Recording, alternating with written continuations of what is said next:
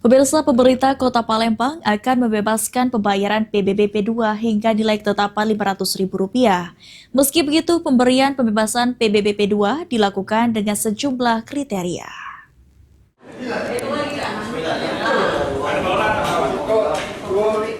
Sesuai dengan janji kampanyenya dulu, Wali Kota Palembang Ratu Dewa kini menegaskan akan membebaskan pembayaran pajak bumi dan bangunan pedesaan dan perkotaan atau PBB P2 hingga nilai ketetapan Rp500.000.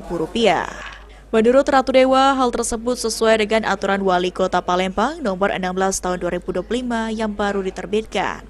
Pembebasan PBB P2 tidak serta-merta dilakukan, namun diberikan kepada wajib pajak dengan kriteria tertentu.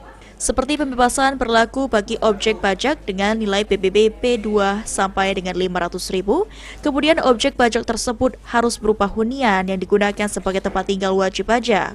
Kemudian jika wajib pajak yang memiliki lebih dari satu objek PBB P2, maka pembebasan hanya diberikan untuk satu objek pajak dengan nilai ketetapan pokok tertinggi. Ya, kaitan dengan pembebasan PBB itu memang batas maksimalnya ada 500, tetapi ada kriteria-kriteria tertentu ya. Kriteria tertentu saya detailnya tidak begitu paham, dari Bapenda yang lebih tahu, tetapi tidak secara general.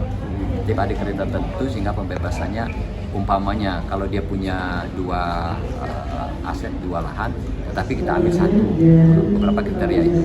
Jadi tidak saja general dibebaskan semua.